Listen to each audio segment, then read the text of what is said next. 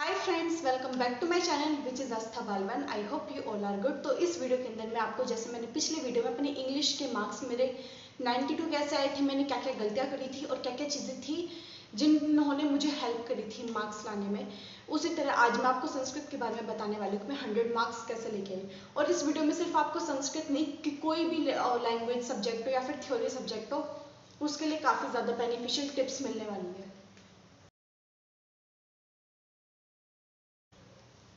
तो सबसे पहले तो मैं ये बताऊँ मैंने संस्कृत ही क्यों ली थी। तो मैंने 9th क्लास में हमें जब ऑप्शन मिला था आईटी और संस्कृत में से एक चीज़ लेने का, तो मैंने संस्कृत ली थी। क्योंकि मैंने उस टाइम सिर्फ संस्कृत की टीचर से ही बात की थी। आईटी की टीचर जिससे मैं बातें नहीं कर पाई थी और लॉकडाउन था, तो फिर फ़ोन पे बात हुई थी। तो उसके बाद क्योंकि जैसा हर टीचर अपने सब्जेक्ट को सबसे अच्छा बताता है, तो उस हिसाब से मैंने बस उनकी सुन के संस्कृत ले ली थी। और उस टाइम ये था, अभी भी ऐसा ही है कि जो कम पढ़ता है वो संस्कृत ले लेता है और थोड़ा बहुत पढ़ने वाला आईटी ले लेता है। लेकिन ऐसा कुछ भी नहीं है। पढ़ने वाला संस्कृत भी अच्छे से करेगा और जो नहीं पढ़ेगा वो आईटी भी अच्छे से नहीं करेगा। ये नहीं कि इंटेलिजेंट आईटी लेते हैं या फिर जो मीडियोकर कुछ ऐसे होते हैं वो ले लेते हैं संस्कृत को। तो अगर आप ये सोच के कि नहीं मैं इंटेलिजेंट दिखना चाहता तो मैं आईटी ले लेता हूँ, तो ये सब गलत है। आपका जिस चीज़ में इंटरेस्ट है आप वो लो। इस वजह से मैंने संस्कृत 9th में ले ली थी। एंड देन वापस से 11th क्लास में हमें चॉइस मिली थी कि 4 चीज़ों में से या तो मैं म्यूज़िक ले सकती थी और हिंदी, संस्कृत और सीएस। तो मुझे ये था कि ना मैं म्यूज़िक और मेरे को सीएस तो लेनी ही नहीं थी, बचे संस्कृत और हिंदी। फिर मैं सोची कि संस्कृत मैंने 9th 10th में करी और मेरे बहुत ज़्यादा अच्छे मार्क्स आए थे इसके अंदर, और सिलेबस भी कम है हिंदी के मुकाबले, तो फिर मैंने वापस से संस्कृत ले ली थी।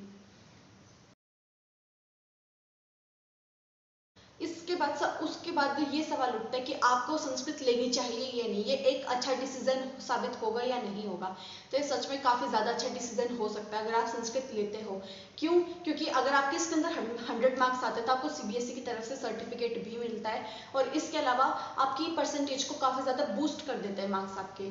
और अगर सिलेबस भी कम है, थोड़ा थोड़ा डेली कर लोगे तो उसके बाद आपके बहुत ज़्यादा अच्छे मार्क्स आ सकते हैं। सीएस में आपको उतना ही पढ़ना पड़ेगा जितना आप केमिस्ट्री फिजिक्स इन सब में पढ़ने वाले हो। मैं नॉन मेडिकल के पॉइंट ऑफ व्यू से बता रही हूँ। और ये कि कॉमर्स के बच्चे हैं वो भी अगर संस्कृत लेते हैं तो उनके लिए भी कम बर्डन होगा। आप कई होते हैं म्यूजिक ले लेते हैं, लेकिन म्यूजिक से ज़्यादा बेनिफिशियल संस्कृत रहेगी आपके लिए। अगर आपकी संस्कृत अच्छी है तो आप आगे जाके संस्कृत का ही कोई कोर्स ले सकते हो। अब इसके बाद अगर ये सोच रहे हो कि अरे संस्कृति तो है, इसके अंदर 100 मार्क्स लाना कोई बड़ी बात थोड़ी है। लेकिन आप संस्कृत में भी अगर आपको जब अच्छे से आपको क्लियर है कॉन्सेप्ट, उसके सारी चीज़ें अच्छे से समझ आती है, वर्ड्स के मीनिंग, तभी आप 100 ला सकते हो। वरना हर कोई 100 ले आता संस्कृत के अंदर। तो हम मेरी क्लास में जितने भी बच्चे थे, ये कि सबके 80 बच्चे थे, ये कि सबके 80 अबव तो कंफर्म आ गए थे सभी बच्चों के। लेकिन 100 लाना, उसके लिए आपको अच्छे से संस्कृत में अनुवाद ये सब चीज़ होते हैं, मतलब आपको बेसिक आना चाहिए संस्कृत का, तभी आप 100 ला सकते हो। और किसी भी सब्जेक्ट में अगर आप उसका बेसिक बाकी बच्चों के मुकाबले ज़्यादा अच्छा आता है, और तो आपके लिए काफ़ी ज़्यादा बेनिफिशियल रहेगी ये चीज़।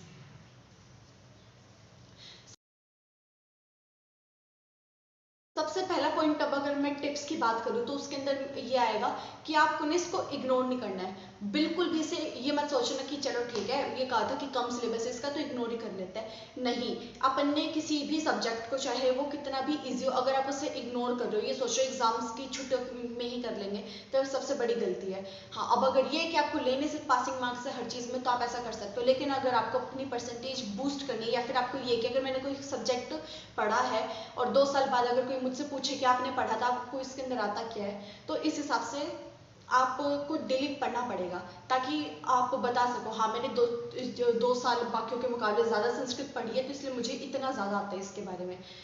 और सेकंड पॉइंट, थोड़ा थोड़ा डेली करो। मैं ये नहीं कह रही कि बाकी जितना टाइम आप फिजिक्स केमिस्ट्री को देते हो उतना ही दो, इतना मैं भी नहीं देती थी।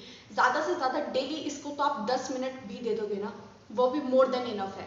क्योंकि संस्कृत ऐसा सब्जेक्ट है कि आप ना स्टार्टिंग में थोड़ा सा डिफिकल्ट होता है, बोरिंग लगता है कि अरे नींद आ रही है इसको पढ़ के, तो लेकिन आप 10-10 मिनट करने लगो, जब आपको क्लियर होने लगेगी उसके बाद आपको बहुत ज़्यादा अच्छा सब्जेक्ट लगेगा। जैसे मैथ्स है, अगर क्वेश्चन होने लगता है तो आपको मैथ्स इतना ज़्यादा अच्छा लगता है, लेकिन उसी वक्त अगर आपका कोई क्वेश्चन नहीं होता है तो आप उसी टाइम आपकी हो जाता है कितना गंदा सब्जेक्ट है, इसको तो बंद ही करके रख दो।